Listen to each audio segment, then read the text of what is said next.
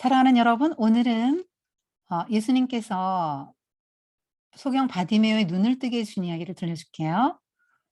어 우리 얼마 전에 어 부자 관원이 "어떻게 하면 영생을 얻을 수 있겠냐."고 예수님께 나왔죠. 그랬는데 예수님이 하나님 나라의 가치관을 말씀하시자 이 사람은 영생을 포기하고 슬픈 기색을 띠며 돌아갔죠. 이 사람 구원받지 못했어요.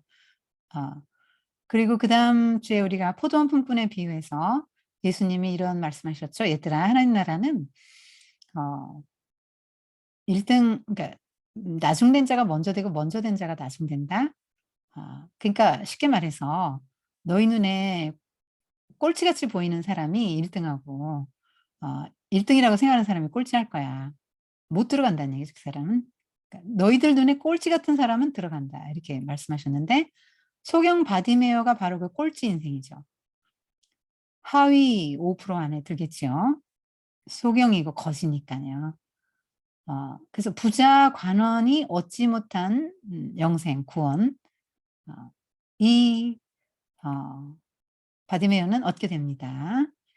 그리고 정말 그 누구도 좋아하지 않는 공동체에 부담만 주잖아요. 저 사람 먹여 살려야 되니까. 그런 하위 인생, 꼴찌 인생이 하나님 나라에 들어가게 됩니다.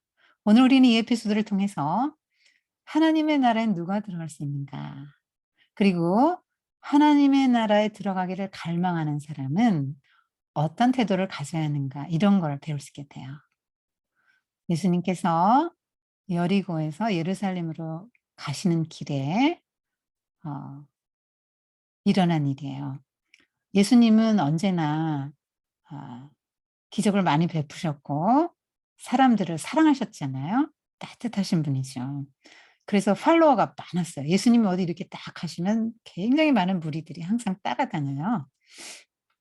그 사람들이 뭐 이렇게 좀 시끌시끌하니까 바디메오는 디메오의 아들, 바는 아들이란 뜻이에요. 이렇게 길거리에 앉아서 구걸하고 있는데 시끌시끌하니까 "무슨 일이 일어났나요?" 인제 물었겠죠. 그러니까 "아, 저 나사렛 예수가 지나가고 있어요." "아, 그래요?" 그러더니 이 바디메오가 갑자기 큰 소리를 지르는 거예요. "다윗의 자손 예수여, 나를 불쌍히 여기소서." 그렇게 소리를 치는 거예요. 그러니까 예수님을 따라가던 최측근 뭐 제자들, 무리들 뭐 그런 사람들이 "아이, 시끄럽다고 조용히 하라고. 어디라고 지금 예수님 앞에서 이렇게 떠드냐고. 조용히 하라고." 어 그런데 이 사람이 주눅들지 않아요. 더 큰 소리를 합니다. "다윗의 자손 예수여, 나를 불쌍히 여기소서." 이렇게 외칩니다. 그러니까 예수님이 가다가 딱 쓰셨죠. "데려오라." 데려왔어요. "안심하라. 너를 부르신다."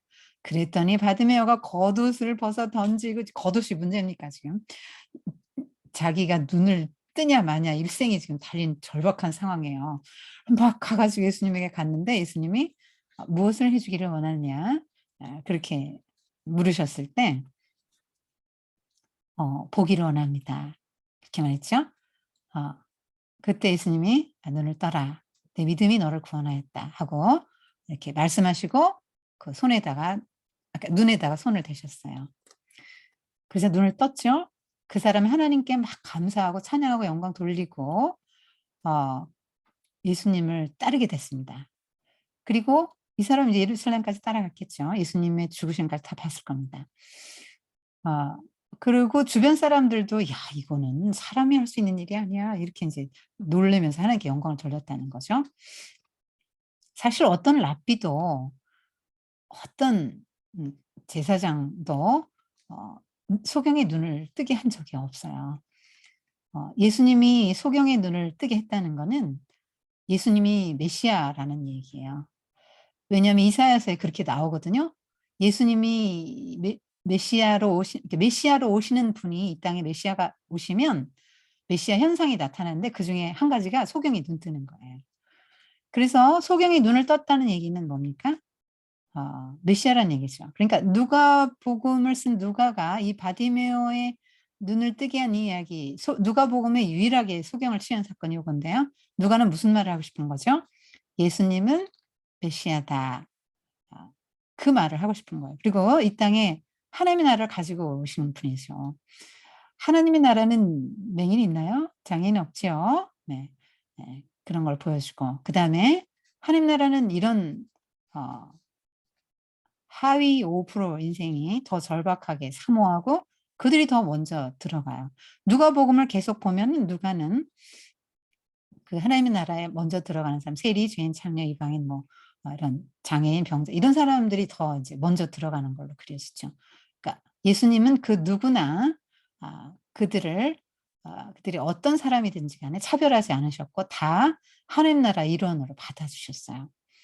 그래서 오늘 바디메오도 그 혜택을 입은 사람입니다. 근데 어 보니까 좀 이상한 데가 있죠. 다윗의 자손 예수여 이렇게 부르는데요. 어떻게 알았을까요?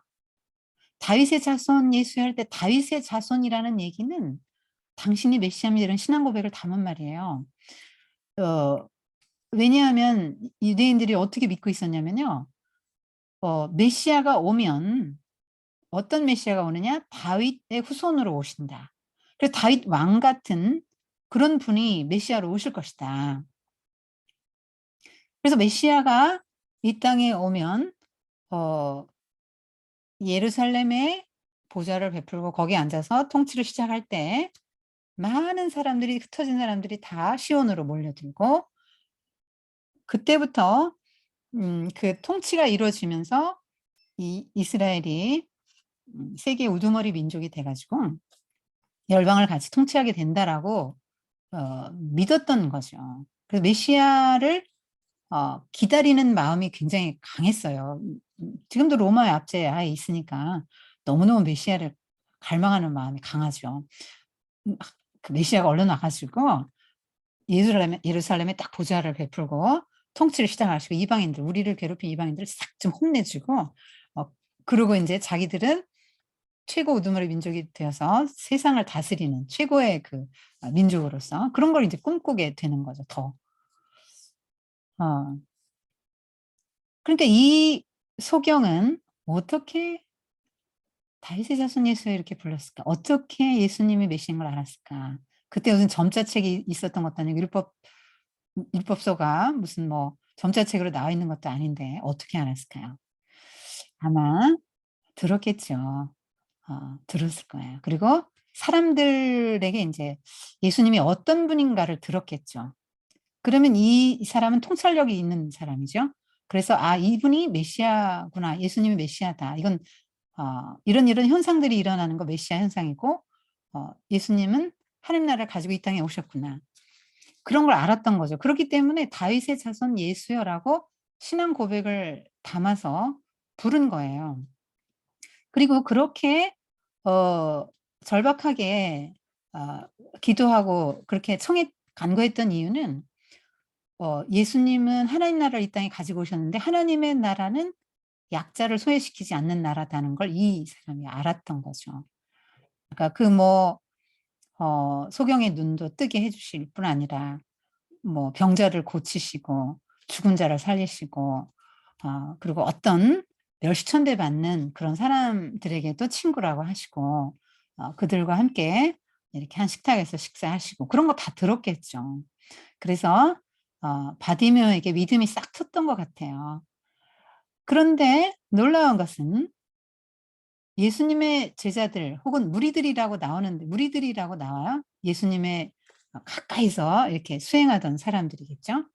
하여튼 최측근입니다. 그런데 그 사람들이 시끄럽다고 그러고 못 오게 한 거예요. 예수님의 제자들도 얼마 전에 예수님한테 혼나지 않았어요? 어린아이들을 막 이렇게 엄마들이 애기 안고 와서 기도 받으려고 막 오니까 "아이고 어디라고 여기가 오냐고." 그렇게 해서 하나님의 나라는 이런 어린아이에 같지 않으면 못 들어간다. 내게 오는 것을 금하지 마라."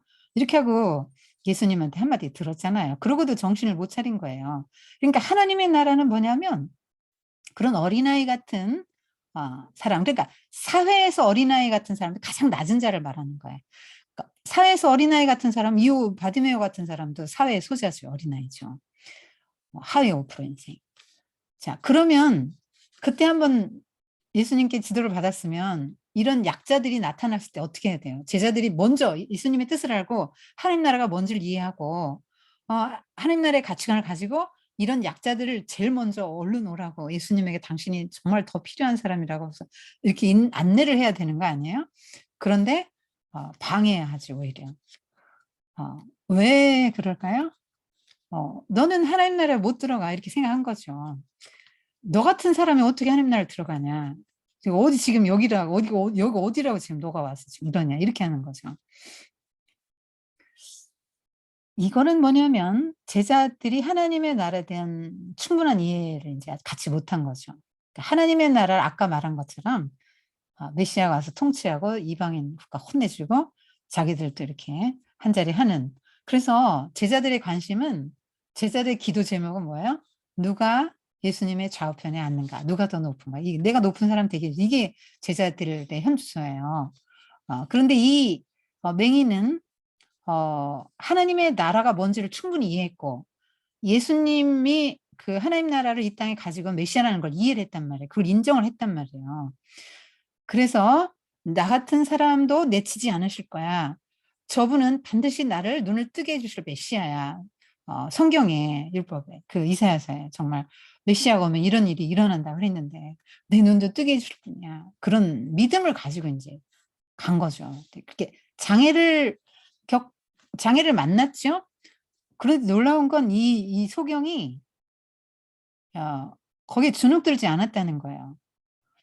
우리 보통 왜 이런 핸디캡을 가진 사람은, 뭐 건강한 사람이나 뭐 키 큰 사람, 뭔가 뭐 좀 있어 보이는 사람, 더군다나 예수님이 뭐 대단한 분인데 그 최측근의 사람이 한마디 딱 하면 움찔할 것 같은데 막 기가 하나도 안 죽어요. 그리고 막 더 큰 소리로 외칩니다. 예수님이 그 소리를 들으실 때까지 외치죠. 그래서 결국은 예수님 앞에 나아가는데 소원을 이루게 되죠. 믿음은 보상이 있어요, 반드시. 예수님께 나아갈 때 겉옷, 언제 겉옷 챙겨 입습니까? 그것이 자기 전 재산인데 그냥 그런 거 중요하지 않아요. 지금 제일 중요한 건 예수님을 내가 만나는 거예요. 그래서 내 문제를 해결받는 거예요. 그래서 보통 소경이 구걸하는, 소경이 인제 구하는 게 뭐겠어요? 돈이나 음식이나 뭐 이런 거 구하겠죠. 아 그런데 이 사람은 보는 걸 원했어요. 그래서 예수님께서 이 사람을 보게 해 주셨는데, 이렇게 "주여." 보기를 원합니다. 이렇게 말합니다. 어 다윗의 자손 예수에서 주여로 바뀌었죠. 예수님을 나의 주님으로 인정하는 거죠. 호칭이 바뀌는 거예요. 이 사람이 하나님 나라에 들어온 순간이에요, 지금이. 주여 바뀌잖아요. 나의 주인이 예수님, 당신이 나의 주인입니다. 인정하는 시간이죠. 그래서 그 소원을 이루게 됩니다. 보게 되는데요. 이 소경은 구원을 받지요. 그러니까 육신의 그 부자유함, 요런 눈 한번 감고 5 분만 있어 봐요. 아무것도 못 해요, 불편해서. 얼마나 부자유하고 힘듭니까? 그런 속에서 이렇게 구원받은 거죠. 정말 이 사람은 예수님을 못 만났다면 어떻게 살았을까요? 그리고 예수님이 안 고쳐 줬으면 어떻게 살았을까요? 그냥 하루에 무슨 아무 소망도 없고, 누가 뭐 돈이나 좀 한 번 보태 주면 너무 고맙고, 음식 먹을 것 좀 주면 고맙고, 그냥 바라는 게 그냥 그런 거. 뭐 이 사람이 뭐 어느 직장을, 어느 학교를 다닌다든가 어느 직장을 번듯한 직장에 들어간다든가, 정말 좋은 사람, 예쁜 사람 만나서 결혼해서 예쁜 아기들 낳고 행복하게 산다든가, 이런 현실적인 소망을 하나도 가질 수 없는 사람이에요. 내일이 오늘보다 낫다는 아무 희망이 없는 사람이에요. 그리고 이런 사람들은, 그때 당시 사람들이 저 무슨 죄를 져 가지고 하는데 벌을 받아 가지고 저렇게 됐다. 그렇게 생각했고 그렇게 대했기 때문에 말할 수 없는 그 마음의 아픔과 슬픔과 영적인 슬픔, '내가 하나님께 무슨 어떤 정말 죄를 졌나.' 이런 막 고통도 있는 사람이잖아요. 그런데 이 사람은 인제 그런 모든 것에서 인제 다 구원받은 거예요. 이 사람은 이제 정상적으로 자기 혼자 자립해서 살아갈 수 있고요. 정말 취업도 할 수 있고요. 결혼도 할 수 있어요. 그리고 자기 힘으로 인제 살아갈 수 있고 오히려 남을 도와주는 사람도 될 수 있어요. 이게 육신의 병으로부터 구원받은 거죠. 그 장애로부터 구원받은 거죠. 어 그리고 하나님의 나라에 들어간 거죠. "주여." 이렇게 말하잖아요. 그러니까 영혼도 구원받았어요. 그런데요, 이 사람은 하나님 나라가 어떤지 눈에 보이고 예수님이 하나님 나라의 왕이라는 걸 알았는데 다른 사람들은 그거를 희미하게 보는 거죠. 제자들도 예수님이 메시아야. 다윗의 후손으로 오신 메시아야. 예루살렘에 가면 이제 우리는 한 자리 다 한다. 그거는 예수님이 생각한 하나님 나라는 아니잖아요. 근데 인제 이들은 착각한 거죠. 그렇게 오해한 거죠. 그리고 다른 무리들은 그 하나님의 나라를 못 봤어요. 그리고 하나님 나라 원리를 모르는 거예요. 예수님의 마음은 언제나 이런 약자를 향해서 흘러가고요. 이 내가 죄인의 친구다. 죄인들을 향해서 흘러가고요. 사회에서 내놓은 사람, 주변부 인생 그런 사람들에게 언제나 마음이 가고 그들을 데려다가 친구로 삼으시고 그들에게 이제 구원을 베푸셨죠. 하나님 나라로 초대하셨잖아요. 그런 걸 모르니까 이 사람들은 그렇게 인제 어 어 했던 거죠. 그리고 또 이 사람의 그 기도도 한번 주목해 보면 좋겠는데요. "저를 불쌍히 여겨 주세요." 이렇게 기도했습니다. 그러니까 이 사람은 하나님의 나라에 대해서도 알았고요. 예수님 메시아라는 것도 알았는데 자기가 어떤 존재인지도 알았어요. '아 나는 불쌍한 존재다.' 주님의 긍휼, 주님의 불쌍히 여김을 받지 않고는 나는 살 수가 없는 존재구나 하는 걸 알았죠. 요즘에는 그 사람들이 그 '나는 불쌍한 사람이다.'라고 생각을 안 하는 게 인제 문제죠. 왜냐하면 외적으로 갖춰진 것이 너무 많아서 그 외적으로 갖춰진 것이 내 영적인 상태라고 생각하기 때문에 자기 영혼의 상태를 못 봐요. 그러니까 "나를 불쌍히 여겨 주세요." 하고 기도했기 때문에 주님의 긍휼히 여김을 받은 거거든요.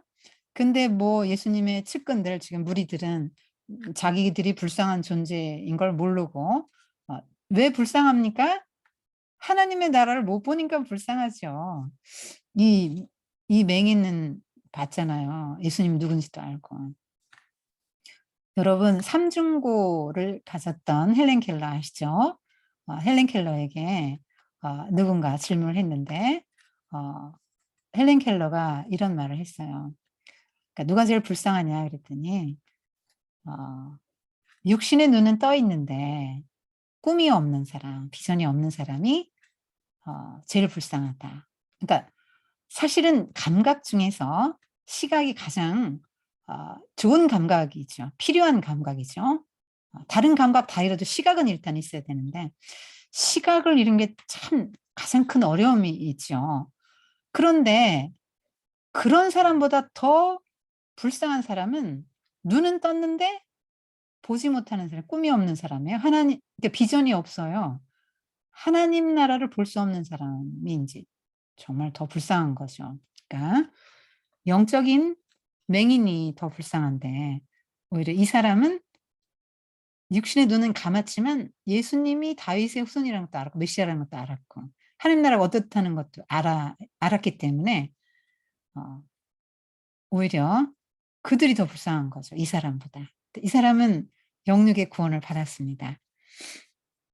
정말로 어 어 그냥 음식이나 돈이나 구걸하면서 아무 소망 없이 살 수밖에 없었던 인생이 예수님을 만나면서 새 인생을 살게 된 거예요. 이제는 아무도 사회에서 그 사람을 으 "죄 때문에 그래." 뭐 이렇게 하면서 조롱하거나 멸시천대하지는 않을 거 아니에요. 아 자 오늘 하나님의 나라가 이미 왔고 이 땅에 이렇게 실현되고 있다 하는 것을 보여준 거예요. 이 사람의 마음에 하나님 나라가 이미 시작이 된 거죠. 그래서 구원이 진정한 구원이 뭔가 생각해 보고요. 눈은 떴지만 하나님 나라 못 보고 예수님이 누군지 몰라보는 사람은 눈뜬 장님이 있죠.